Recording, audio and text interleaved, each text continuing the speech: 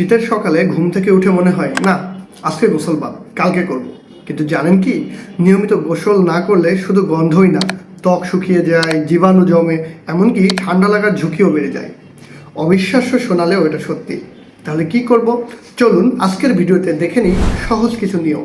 প্রথমত, গোসলটা করবেন সকাল 9টা থেকে 11টার মধ্যে, কারণ এই সময়ে শরীর তুলনামূলক উষ্ণ থাকে। দ্বিতীয়ত, ঠান্ডা পানি নয়, গোসলের ক্ষেত্রে ব্যবহার করুন কুসুম গরম পানি।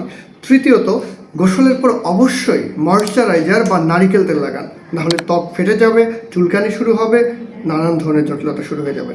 চতুর্থত, যাদের ঠান্ডা বা কাশি আছে তারা পুরো গোসলের বদলে গরম তোয়ালে দিয়ে শরীরটা মুছে নিতে পারেন, এটাও কার্যকর এবং নিরাপদ।